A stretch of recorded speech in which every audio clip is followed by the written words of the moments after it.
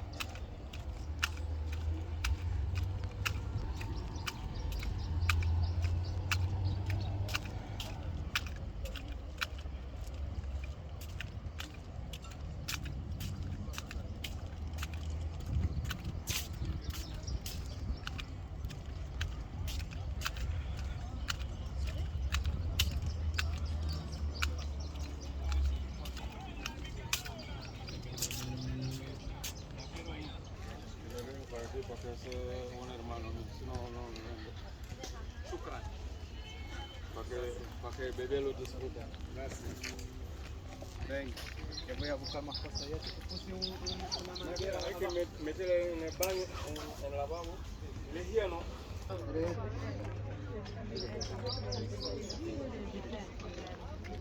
Todo. Ya, todo. Pero eso es 30 céntimos cada uno. 1, 2, 3, 4, 5, 6, 7, 8. 3 por 8, 240, 340, 440, 740. Barato. 740, 10 euros. 740.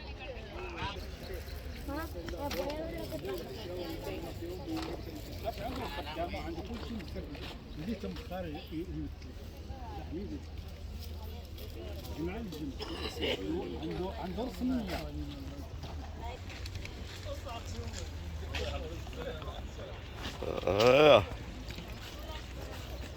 Bueno.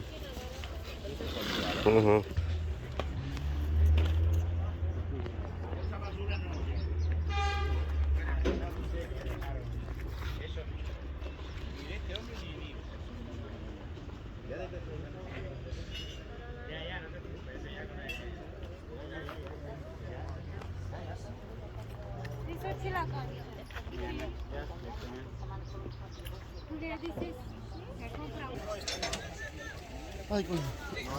No, un remate de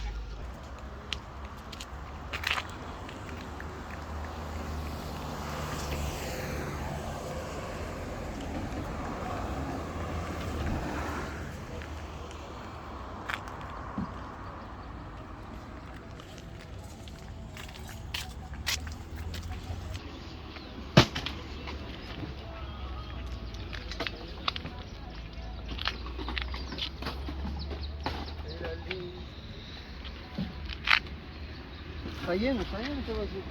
¿Te acuerdas cuando venía el cajero de esto?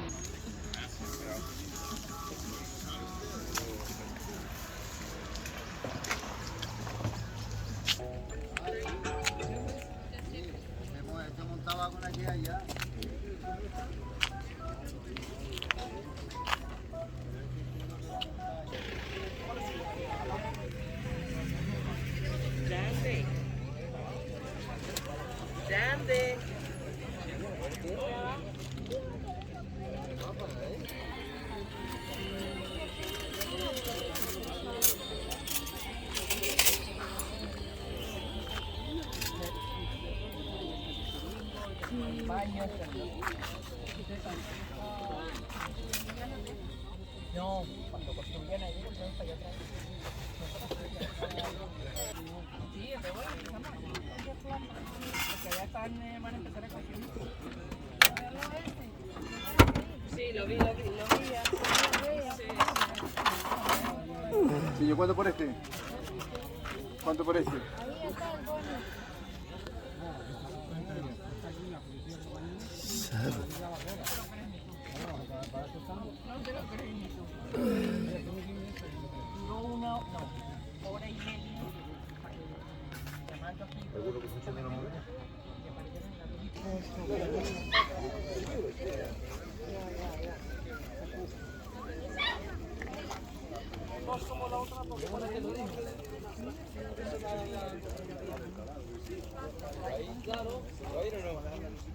Dai, vediamo dopo.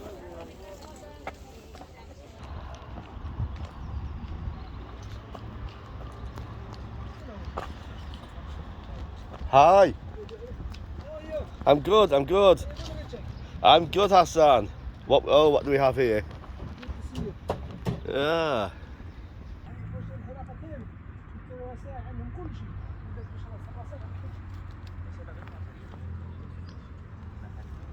This is it. These two are old ones. I like these old ones. One, eh? Yeah, we can have these two. I'll look at the other ones, yeah. Oh, look at this one here. No, I can see one. Yeah, let's have a look. What we have. Huh, can it open? Oh yeah, that's an old one. Yeah, I'll take these two. I'll look at the other ones, yeah.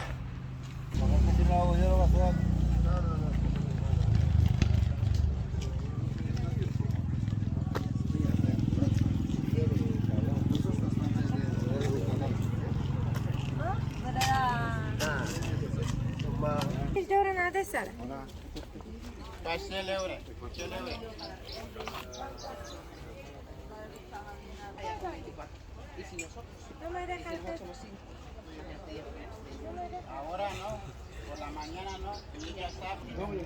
En las transacciones no se da. Las transacciones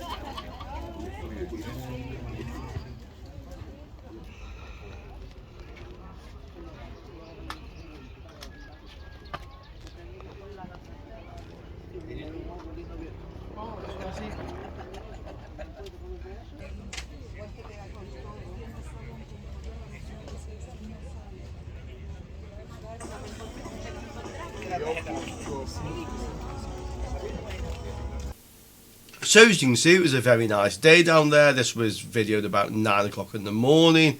It's late November, but the weather is very pleasant. And actually, this is the busy time for the flea market. So from really early September right through till early April is the busy time.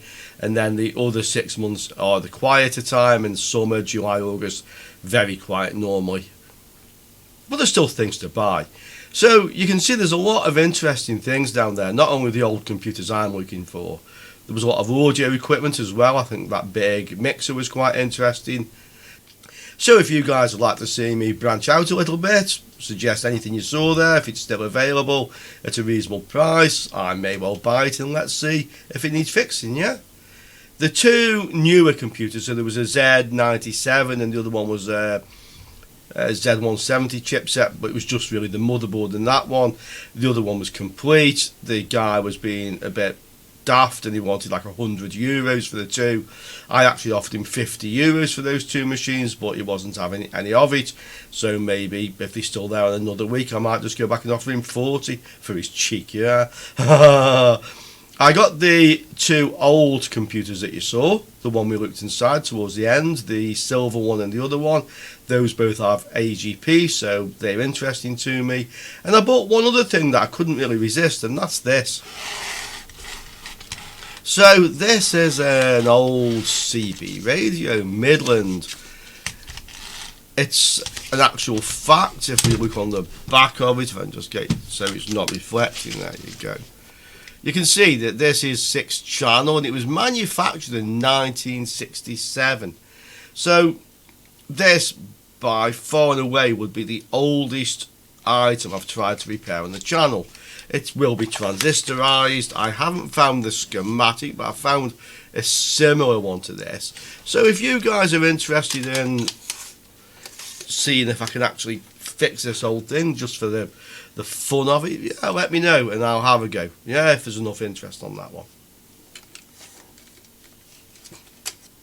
The other thing I mentioned on the previous car booty was the idea of doing some live streams. There was a lot of interest in that, so that's definitely going to happen after the World Cup. Carlos, who you saw previously, if you've been watching some of the videos, has kindly offered to give his time to moderate the chat, because hopefully there's going to be quite a few of you guys watching, and Carlos and myself, I'll mainly be doing the repair work and Carlos will be handling the chat, and I'm sure we can have a lot of fun together. So that's definitely coming after the World Cup's finished. Now let's have a quick look at these two computers I actually did buy. So this is the first machine. Yeah. It's a Sapphire. It's an AMD Athlon. AMD Athlon, which says Sapphire also. Now, you probably saw this guy had 6 PCs again. 4 of them really were not interesting. He wanted me to buy all 6 of them for €60. That's €10 each. This time, I actually didn't. I actually refused. And I offered him 30 for the 2 I wanted, and in the end we came to a kind of an agreement that I said, look, I'll give you 40 for these 2, I really don't want the others. So I bought the 2 for 40, had to go and move my car closer, or my van rather, so I could load them up, and then he really tried to make me buy the other 4 for 20 at €5 each, but I haven't got to space. I told him I really don't want them, yeah. So these 2 computers cost me €20 each. I hope I didn't overpay for them. Let's see what's inside them, yeah. So this is the first one. Oh, wow. Yeah, it has that. Wow. Well, that's got to be worth a bit on its own, surely, like a turbocharged type cooling fan, yeah. This is the AMD, so it says on the front of it, if it is. It has an AGP graphics card in it. I may get lucky with it. It might be one that's worth something. It has a, looks like a TV card in it. And then it has a, yeah, looks like a FireWire card at the end there actually. So that's what's inside it. There's a, oh yeah, look, there's like a little speed control here for the fan. I've just noticed the TV card isn't sitting in very well, so I think I'll take that out.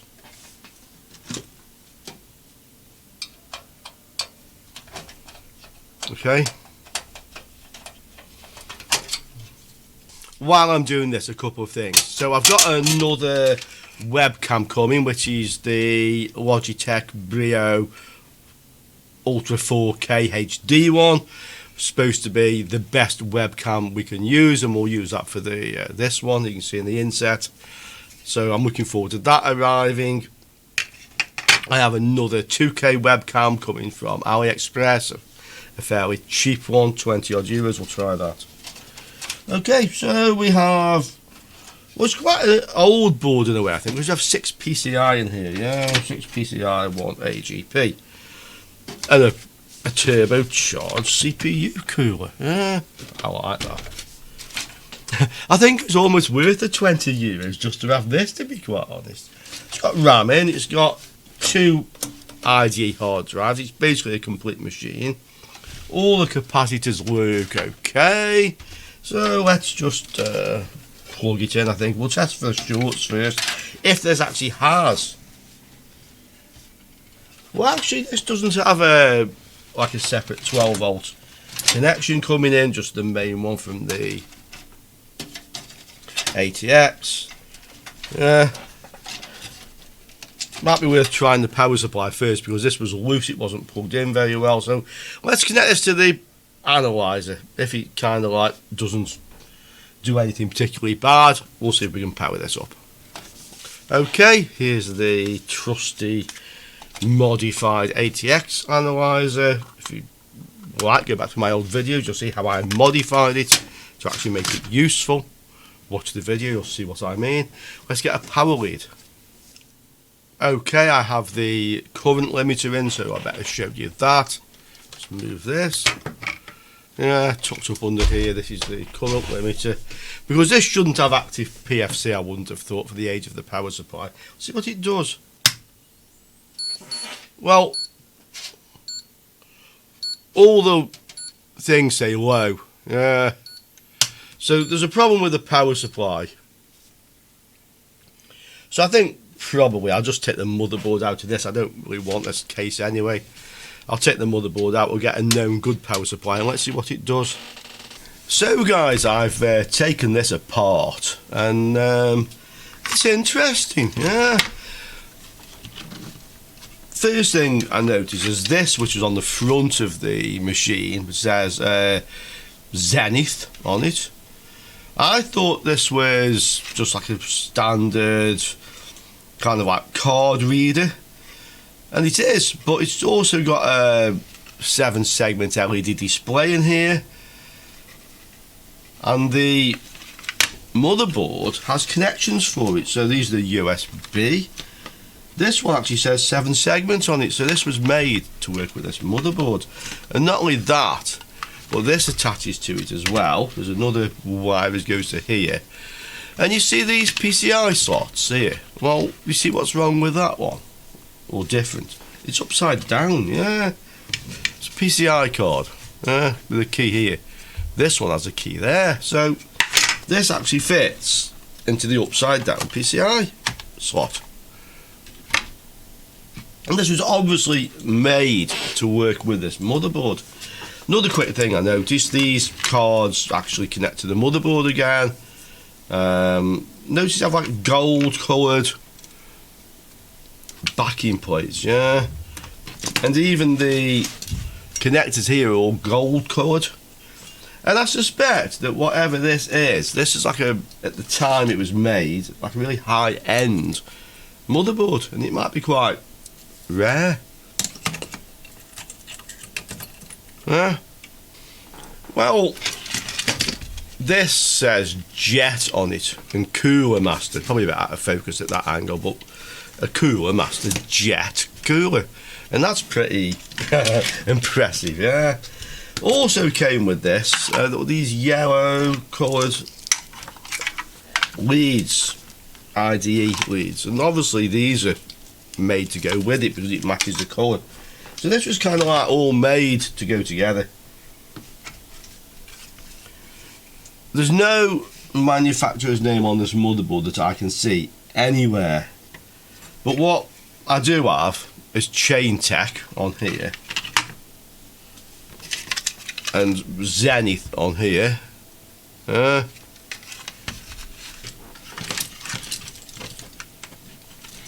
And off the front of the case I have this little thing which says Zenith powered by Chain Tech. There, that, yeah, Zenith powered by Chain Tech. So I have to use Google. I don't know what this thing is, but I suspect from that I can probably find out. So let's have a look. So here we have some pictures, and this definitely looks like mine. Also here. So this is it. It's a Chain Tech 7NJS Ultra Zenith. That's what it actually is. And it's from about 20 years ago.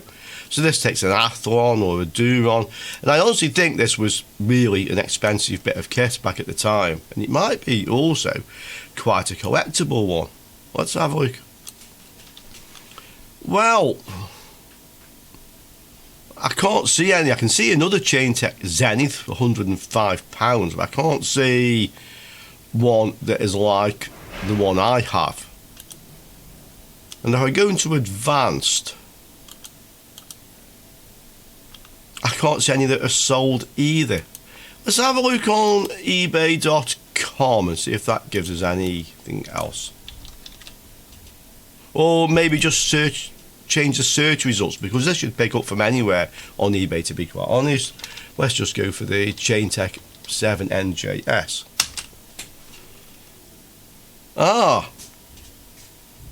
So it appears to be what I say, that these are effectively a collectible item. Yeah, and that one doesn't have the little box that I have, the thing that fits in the front. In fact, it only has one of the cards. It doesn't have the whole thing at all. That's actually a different model anyway. This one appears to be the same model. And somebody's asking a lot of money for it. The question is, have any of these actually been sold?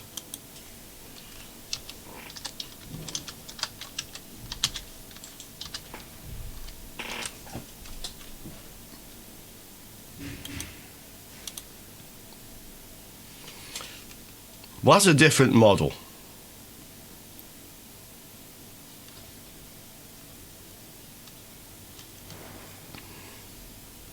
And the answer appears to be no, is the honest truth, and certainly not with all the bits I have.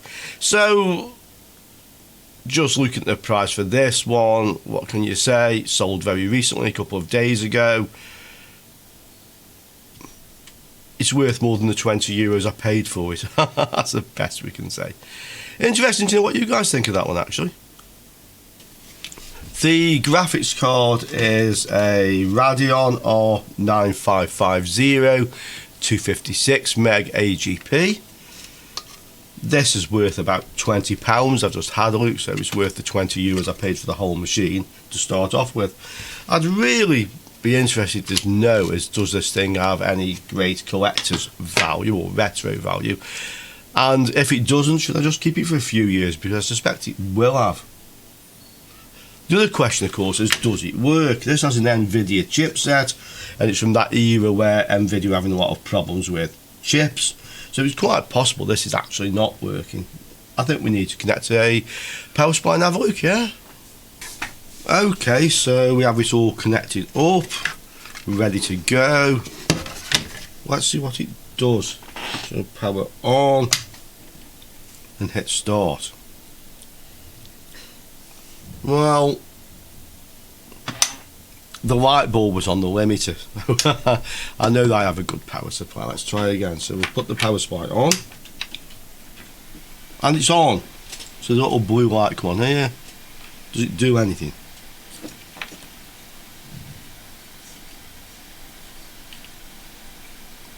Well, I don't hear any bleeps, but there again, I don't have the monitor attached either, so let me plug the monitor in.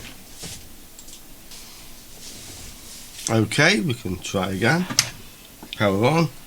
It's just starting on its own, probably because the CMOS battery is dead. Yeah, I've realised I haven't connected the fan. Okay, I've plugged the monitor into it. I've also attached the connection to the fan. Let's see what it does.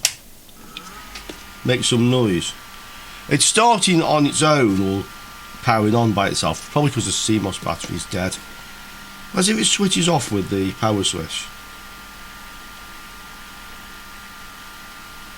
No, that's not a good sign. Let's take the RAM out and see if it'll actually bleep. Very stiff. Probably want cleaning.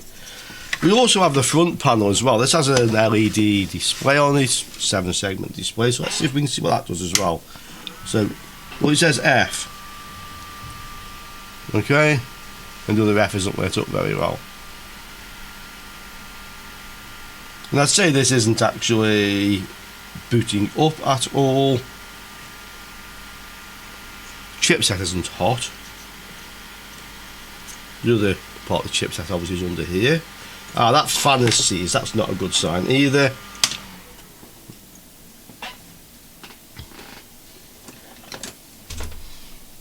Yeah, this fan seems to be seized up, and that is on the chipset, so that's possibly telling me that this chip is dead, which is a bit of a shame.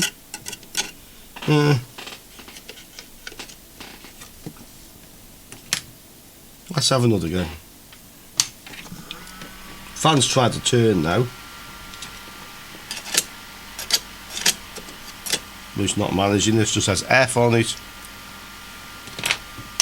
Let's put a CMOS battery in, so I'm sure this one will be dead. In fact, we can check it. Let's have a look.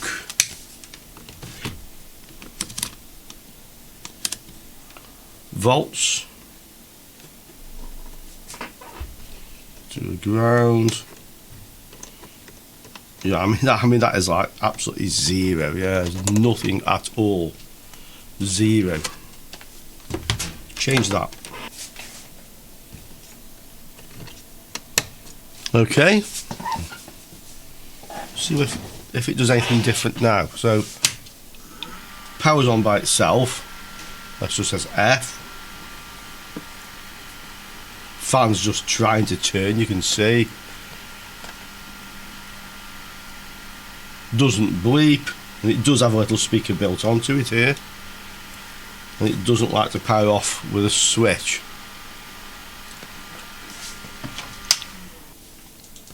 I've put my analyzer card in as well. Let's see what it does. So it comes on by itself even with a new CMOS battery. Okay, and it says 0, 0, so it's like it's just not booting at all. The most worrying thing about this is this stuck fan on here. This type of fault could well be a faulty North Bridge, although it could be something else. Yeah. So have a look to see what current is drawing from the CMOS battery. This is often a very good indication that the SIO is actually working. So we'll go to milliamps range.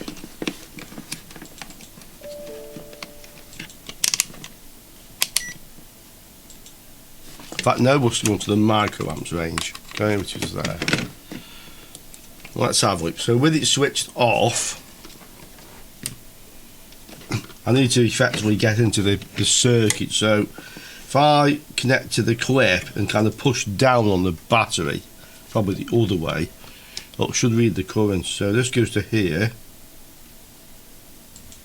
Oh, overload, that's bad. Let's go into the milliamps range. Okay, so on the clip, push down. 1.7 milliamps. That is much too much. Much too much. Unfortunately, this board has a chipset problem.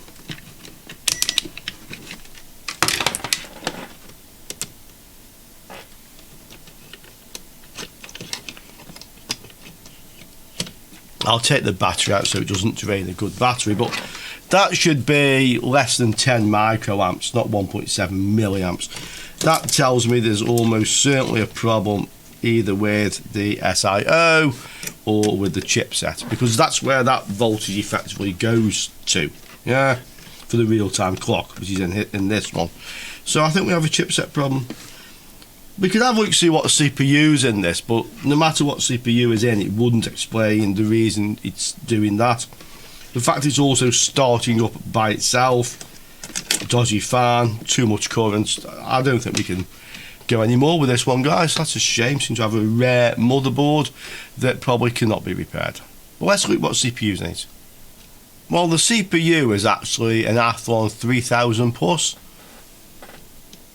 Okay, so you can find these on eBay. they are selling, and they fetching £25 to £30. So that's definitely worth something. It's probably working. I'll just need to try it in another motherboard. I'm sure I have one coming along while we're doing this sort of thing. But if the CPU is good, that's £25. The graphics card's about another 20, and I've got a feeling that this would actually sell. Yeah, I don't know whether I can actually see one on eBay or anything. There's a fair lump of copper in this, to be quite honest. I had a quick look on eBay again. I couldn't see any for sale or that have been sold, but I really suspect that probably some retro collector of Athlons would probably give €20 for that as well. And I think you guys, some of you would probably agree with me. So it's not a total loss. It's just a shame about this motherboard. It was so nice, but I'm convinced that's what the problem is with it. We can just check to see if there's any short on the CMOS battery voltage rail, but there probably won't be. It's just the chips drawing too much power. So, well, this end's ground, and this is the plus volts. My meter working? Yeah. So effectively it reads open circuit like you would expect. So to ground, I'm on a good ground there. It's reading about a mega ohm, yeah, about 1 meg. So it's not anything like there's a short or something on there. It's just literally that the chipset is drawing just far too much power from it, and I don't think there's anything much more to say about that, guys, unless maybe you've just learned a useful way to find out that the chipset is faulty on a motherboard. And this also applies to modern motherboards as well, by the way. So if you didn't know about that little trick, stick it in your toolbox. Yeah. Okay, let's look at the other one. And here's the other machine. So we can see inside it D, E and F. Somebody's written the drive numbers on them. You probably can't see that actually. Well, we know you can see. 3 drives in there. So this I know is a Pentium 4 socket 478. Okay, that comes open as well. And it has like a little key lock on the side of it there. Yeah, you can see in the inset. Yeah. You saw this at the fair, so it's a shame this is broken because it's really quite an interesting cabinet. And it has some add-on cards in there, you can see. So it's got a graphics card, sound card and a USB card. And we can see inside it. So I guess this is a fairly early example of a case with like a clear window in it. Thermal take or thermal tank, because it's built like a tank, yeah. A little bit scuffed, but yeah, a nice case actually. Giant knurled nuts, yeah. They're huge. I like them. And then there we go.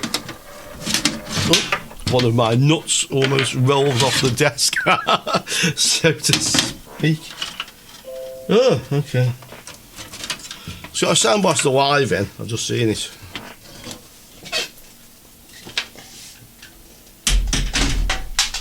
Got to keep hold of this ATX case. I'm sure it's huge. Lots of space in here for drives, a lot of room inside it. So we have a Sound Blaster Live, we have an 8-bit graphics card of some sort, clearly a Pentium 4 socket 478. All the capacitors look good. A couple of strips of RAM in there. Oh, I see, but they're both in the same channel B. It says channel A green, channel B purple, so it's got 2 strips in one channel, interestingly enough. I think we'll look for short circuits on this MSI motherboard, and let's see if it powers up if there's no shorts on it. Okay, there you have it, the meter. So we're on ohms range, meter's working. So we'll just go to find the ground somewhere. In fact, we can use the black connection inside here and the 12 volts. Well, there's no short circuit, that's fine. Let's power this up and see if this one does anything. Once again, I'll put the current limiting light bulb on just to avoid any nasty surprises. I think you can see it up there on top of the variac over there. You'll see it now. So let's just switch it on. So I'm expecting it to come on sort of dim. Yeah, and went out. That's fine. So I'm happy with that. There's no shorts. Power it up. And let's see if we find the start switch.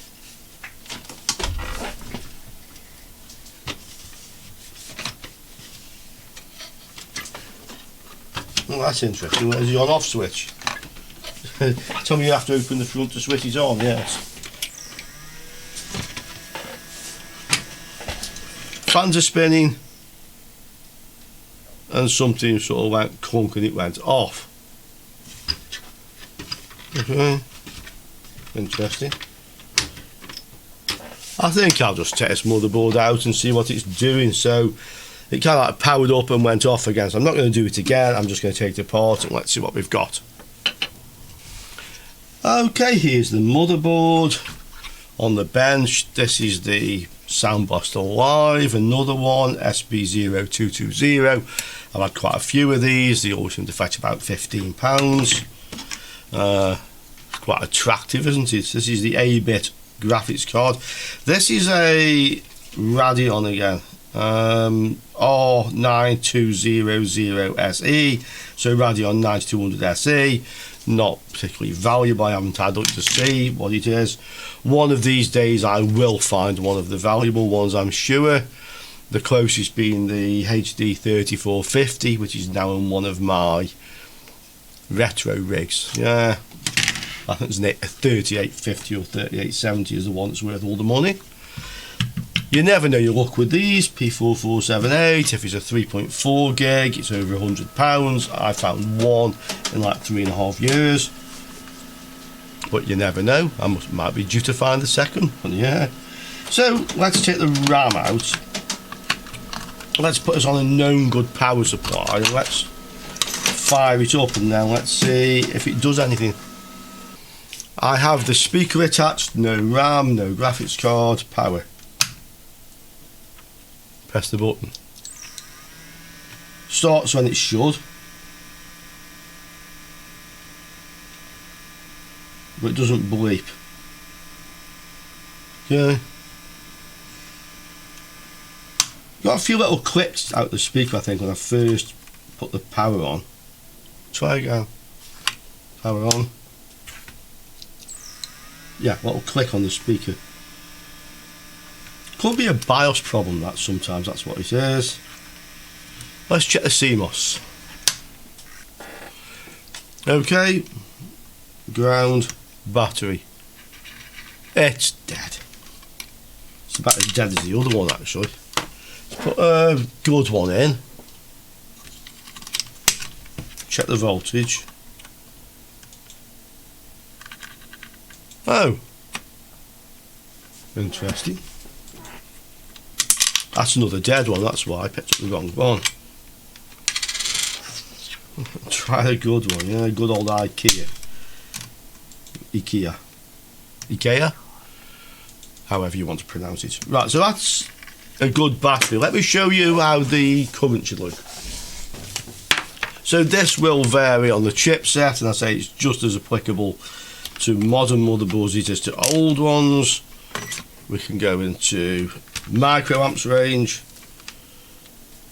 We'll put the positive on the battery, we'll push the little peg back with the negative and we should see the current. Yeah, 2.93 microamps, that's what you should see, not 1.7 milliamps, yeah. That's how we know the other one's got a dead chipset. So, does it work with a new battery in?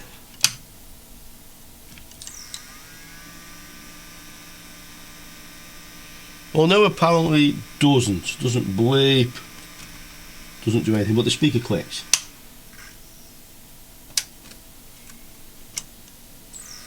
Yeah, it'll click. Let's put the analyzer card in it and see if it's doing anything. Okay guys, there's the analyzer. What's it doing? This is trying to boot, but it's not bleeping, it's sticking. So it's not dead. This could be a faulty BIOS. I'll try just the CPU first. Yeah, click on all DD, D3 to anyone. So it goes into the same effective loop and then hangs up. Let's have a look at the CPU. You have to be careful taking these things out. They tend to stick to the heatsink. Get this wire out of the way on this one. They tend to stick to the heatsink and you tend to bend the pins. Let's see if it will come out. So remove the little plastic cradle from the base. Okay. Bit stiff this one. That's out. Other side. Doesn't easily want to come. But it will. It will. A little bit of a persuasion. There we go. That's out. Thought it was.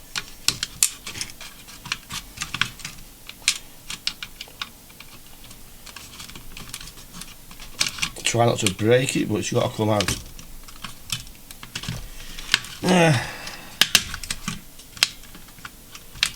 Okay, that end's loose. This end's clipped back down again. It's now all loose, yeah. Is the CPU going to come with it? Let's see. No, actually this one didn't. Very dry. Very dry. Let's have the big reveal together, yeah. Well, the first thing I can see now, I've managed to get the heatsink off because we were hidden under it, is the bad capacitor, this one. So these will be on the V core. Let's see, yeah, these are all 6.3 volt. This one's visibly gone, they're probably all bad. So that's one reason why it's not booting up. Yeah, let's have a look. See what it is.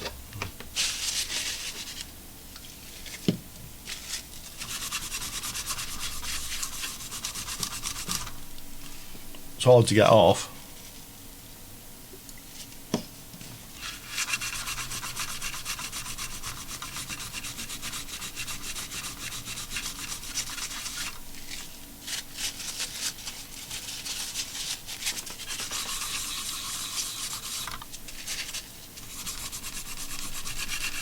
It's like a scratch card, isn't it, guys? Yeah, it's like a scratch card, this. Oh, you're going to hit the jackpot. Let's see what we got. Probably a 2.8, that's the most common, 2.8 meg. Gig, 2.8 gigs the most common. Can't see this one easily. What is it? Let's try the torch.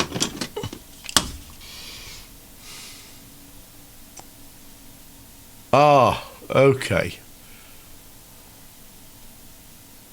This is one of the 3 gigahertz, which is a bit better than most, but unfortunately they're only worth about £10 or something like that, compared to like 100 or more for the 3.4 gig. That just goes to show you, with retro stuff, how big a difference in price a small difference in speed can make.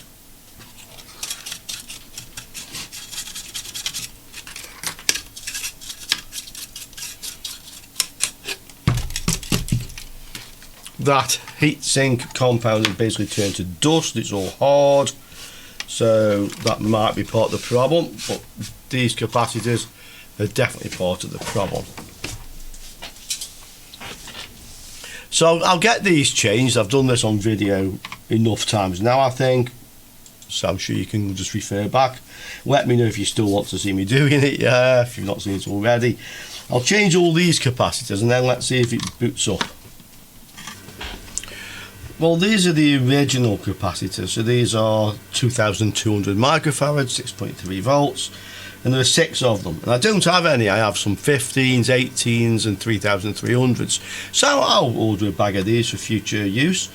But what I'm going to do is replace them with some 3300s. Now, if you add up the 6 times 2200, well, 6 times 2000 is 12,000, and 6 200 is 1200, so that adds to like 13,200, yeah, microfarad if you add them all together. So if we take these, we can use less of them because they're all in parallel. So these are 3,300, so 4 3s, that's 12, and then 4 3s is another 1.2, so that comes to 13.2. So we can put 4 of these in, just the same as 6 of those in, and it'll have the same as the original capacitance. This motherboard has the positive, it looks like it's on the white, but it's not, it's on the red, because I made a note of which way they came out. So just be wary of this. In fact, you can see the one at the end, it's got the plus there, just to prove the point, yeah, and the plus there, there's no, not there. So the white is the negative, and this varies especially on old motherboards, so you should always make a note or measure. So I'm going to put some of these in, just space them out a little bit. Doesn't really matter exactly where we say because they're all in parallel, but we'll just try to space them out. I guess we can have 2 up at this end. Okay. I could actually unsolder that position where there wasn't one and put it there, but it'll be absolutely fine here.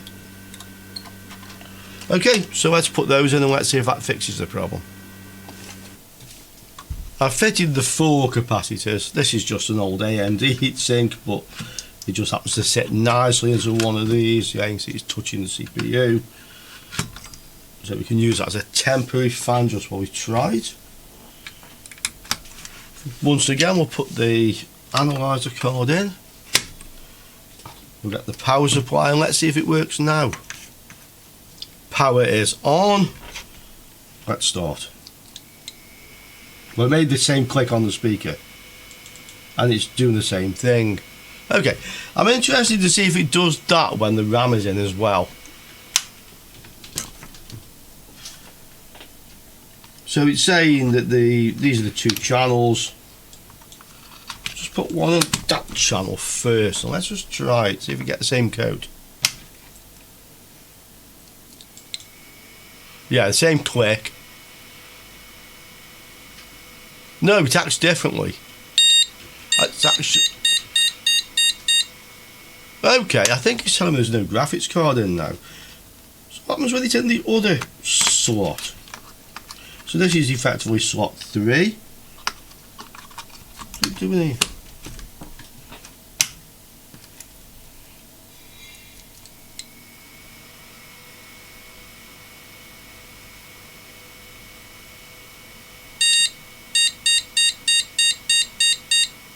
I think that's trying to tell me that there's no graphics card.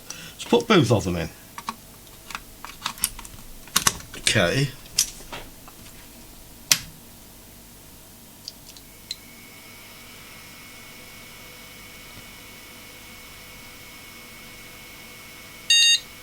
Same sort of thing. Well, it's interesting this gives no bleeps at all without any RAM in it, but there we go. Let's put this in, see what it does. This is the AGP card that came with it. I'll just prop it up on something to stop it falling out. And that'll do. And we might as well connect the monitor as well, I think. Okay, that's the graphics card that came with it.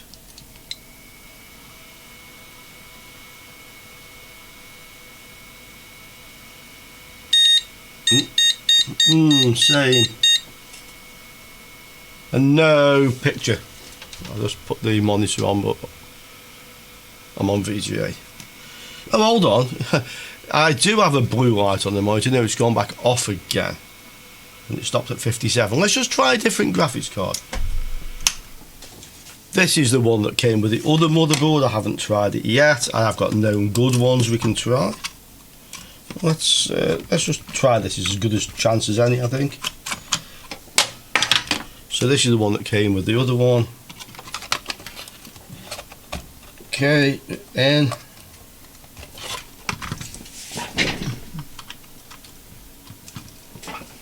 see what this one does.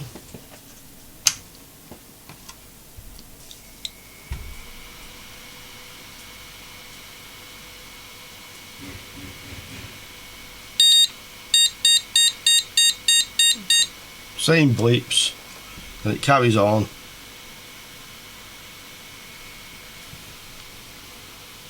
And I don't get a picture. Okay. Oh. Well, it likes making bleeps, this thing, doesn't it? That's for sure. But it doesn't want to give a picture. I'll try a known good card just to be certain.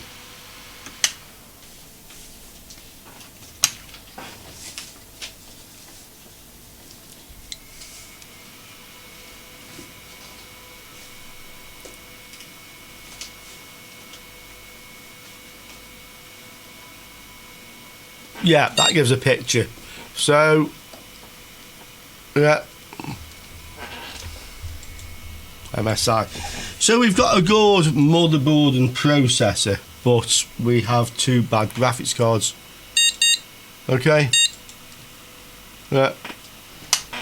I wonder if this will boot from the hard drive it came with. I'll just check that CPU isn't getting too hot because I just have a processor fan balance on it at the moment. Okay, let's see what it's doing. Well, it likes to bleep, check some error, press F2 to load the defaults, that'll do.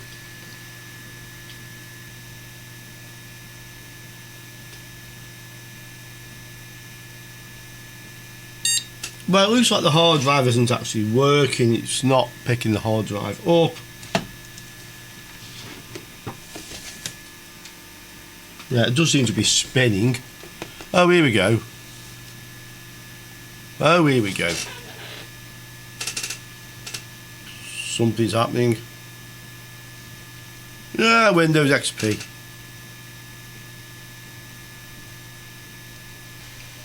Well, it actually keeps crashing in Windows XP, so I get a blue screen partway through booting. I've tried the other graphics card again, the one with the little fan on that came off that first machine, and that is actually working. I just cleaned the contacts. I haven't tried this one again yet. I'm going to give that a go. But it looks like this Windows may be corrupted, quite possibly because the thing wouldn't boot previously with the bad capacitors. Let's see if it wants to boot up with this graphics card though. This is what's happening. Gives a little click, resets. Yeah, could just be a bad installation of Windows XP on there. I'll try this again, see if I can get a picture out of this. If I can't get it to boot, I'll try the XP off the other machine, one of the hard drives I probably have XP on. Obviously I don't know exactly, but it may well just be that, or I can just install a fresh XP on this one. I've put the hard drive on off the other machine, the one with the Duff motherboard. It does have XP on, and this is booting a little bit further, so it probably will load Windows. I'm just waiting, but that pretty much tells me the problem is with the Windows XP on this hard drive basically. Okay, it's now booting into Windows. It has somebody's stuff on it, it has a password on it, so I'm not going to mess around with other people's stuff, but we can see that this now is working as best I can tell. Obviously I could do with making some thorough tests on it, but it's looking pretty good. I mean, a machine like this I would put Windows 98 on anyway, because this would be used as a retro gaming rig. Okay, it's now loading into Windows XP. It's actually saying that this copy of Windows XP requires activation, so I'm not going to mess around with it. It's got somebody else's stuff on anyway.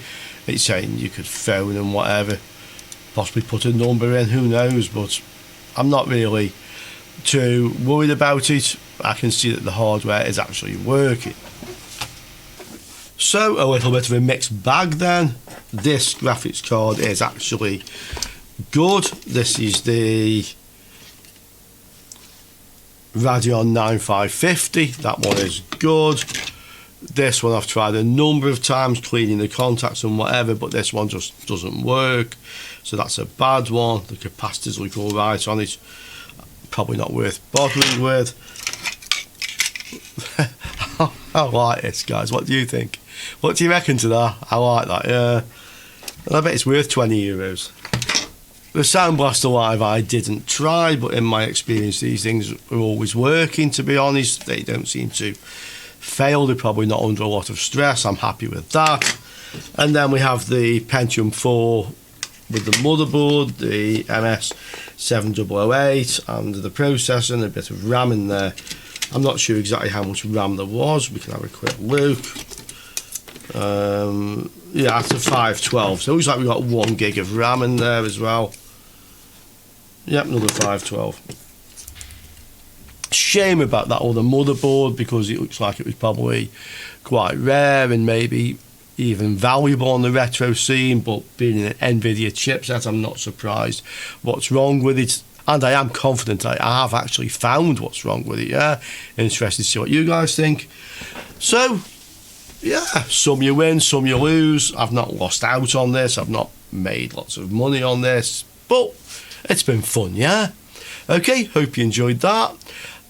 Just one more thing I'll mention to see who actually gets to the end. Part way through this video, I actually changed my audio setup. I'm now using a compressor with my microphone, so I'd like to know if you think the sound quality is better now. Okay, see you all soon, guys, on another Learning Electronics Repair video. Ciao for now.